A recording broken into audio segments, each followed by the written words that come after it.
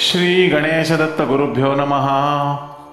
शोषणं भव सिंधोश्च ज्ञापनं सार संपदः गुरोः पादोदकं सम्यक तस्मै श्री गुरुवे नमः। परमपूज्य सद्गुरू श्री रामकृष्ण क्षीरसागर स्वामींना वंदन करून संघटित सत्संग मंडळांच्या या गुरुकार्यातील मोहिमेमधल्या 1279व्या भागाचं मी पठण करीत आहे। आज अश्विन शुद्ध द्वादशी गुरुवार दिनांक 26 ऑक्टोबर 2023।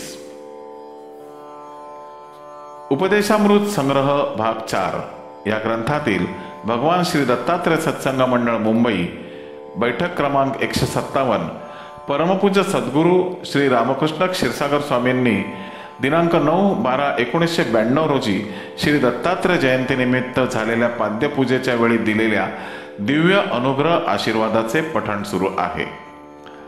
या आशीर्वादाच्या उत्तरार्धात परमपूज्य सद्गुरू आपल्या प्रासादिक वाणीतून पुढे म्हणतात, देवांनी मला ज्या पद्धतीची आज्ञा दिली ती आता जवळजवळ पूर्ण होत चाललेली आहे।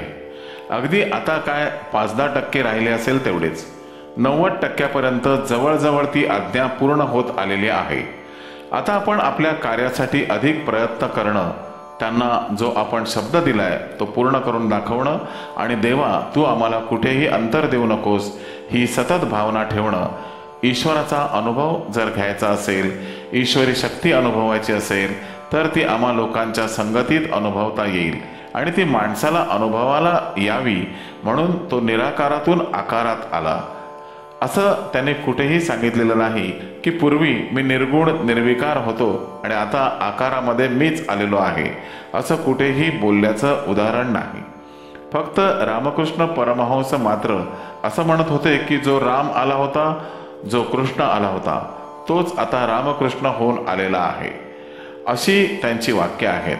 पण हे एक उदाहरण सोडलं तर कुठल्याही महापुरुषांनी अशी वाक्य वापरली नाहीत, अवतारी पुरुषांनी पण ही वाक्य वापरली नाहीत आणि ही वाक्य त्यांना वापरण्याचं मूळ कारण एकच होतं। हा बंगाल असा प्रांत आहे, अतिशय नास्तिक लोकांचा प्रांत आहे। कारणापुरते देवाला भजणार आणि कारण संपलं की पुढच्या वर्षापर्यंत तिची वाट पाहत नसणार, अशी मंडळी ही आहेत। पण त्यांना प्रत्यक्ष सांगून त्याची जाण करून देता यावी म्हणून रामकृष्ण परमहंस असं बोलत होते। त्याची जाण व्हावी की ह्या चरणांमध्ये, या देशामध्ये कोण जन्माला आलेला आहे, हे जर वारंवार ह्या शब्दाचा उच्चार करत असतील तर ही शक्ती काय आहे आणि यासाठी स्वामी विवेकानंदांची योजना केली होती। त्यांचं रूप जर लक्षात घेतलं तर रामकृष्ण परमहंसांना झालेला कॅन्सर, त्यांना होत असलेल्या वेदना आणि त्या वेदना सहन करण्याची शक्ती नसलेले विवेकानंद हे दोघेही एकत्र आले होते पहा। रामकृष्ण कण्णत होते आणि विवेकानंद बाहेर उभे राहून मुकाट्याने सहन करीत होते।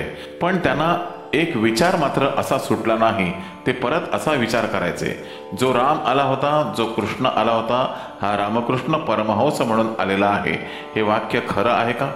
तेव्हा माझ्या कल्पनेप्रमाणे विवेकानंद हे दाराच्या बाहेर हा विचार करत होते आणि आतल्या बऱ्याच लांब खोलीमध्ये रामकृष्ण पलंगावर झोपलेले होते। आणि असं होत असताना रामकृष्णाने विवेकानंदाला हाक मारली आणि विचारलं, का रे, तुला अजून सुद्धा खोटं वाटतं का रे की मी राम आणि मी कृष्ण आलो होतो? हो, असं म्हटल्यानंतर विवेकानंद एकदम शांत झाले आणि मग त्यांच्या हे लक्षात आलं की अवतारी पुरुष जन्माला आले आहेत, ही केवळ आपली परीक्षा पाहण्यासाठी, आपलं अंतःकरण पाहण्यासाठी ते अशा प्रकारे उद्गार काढता आहेत। तेव्हा आता आपण आपला विवेक सांभाळला पाहिजे। विवेक म्हणजे वैराग्य। आणि मग विवेकानंदांना खऱ्या वैराग्याची कल्पना आली। पण हे सगळं घडतं कोणाच्या संगतीने?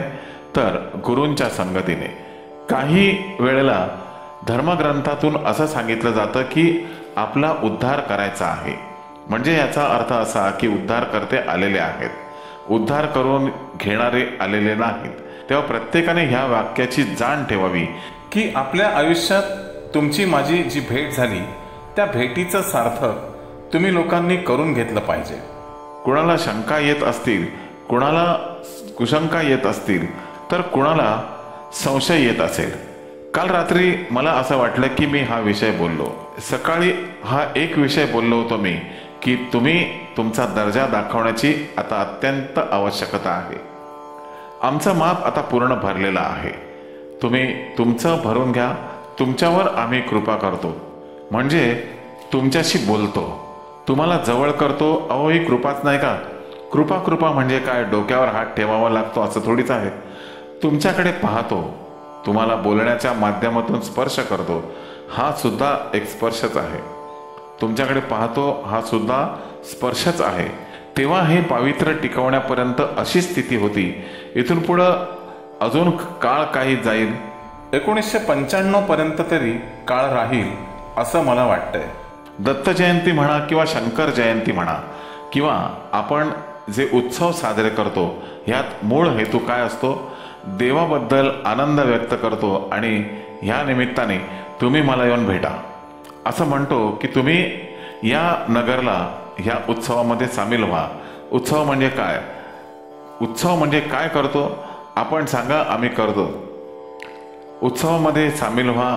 उत्सव म्हणजे काय करतो आता सांगा तुम्ही. पूजा अर्चना करणं जर सोडलं तर आपण सगळे टाळ घेऊन नाचतो का आरडाओरडा करतो? पण या निमित्ताने तुमची माझी भेट होईल. अशा दर्शनात अशा पुष्कळ गोष्टी असतात की कल्पनेच्या बाहेर मिळतात, त्या अनुभवाला येतात. अशी काही अजून मी कोणी व्यक्ती पाहिली नाही की मला पाहिल्यावर त्याला खूप मनस्ताप झाला किंवा मला असा पश्चाताप झाला की मी नसतो त्या बाजूला गेलो तर बरं झालं असतं. अजून तरी ऐकायला मिळालेलं नसेल. आता कोणाला उभं राहून सांगायचं असलं तर हात वर करा. दर्शनामध्ये आपला संशय नाहीसा होतो. भक्ती करण्याची नकळत का होईना स्फूर्ती येते, कर्तव्याची जाण येते आणि मनुष्य म्हटल्यानंतर त्याला निरनिराळ्या प्रकारचे विकार लागलेले असतात, ते कमी होतात. श्री गुरुदेव दत्त. गुरुबंधू आणि भगिनीनो, या आशीर्वादाच्या पुढील भागाचं पठण उद्या सकाळी 6 वाजता. श्री गुरुदेव दत्त.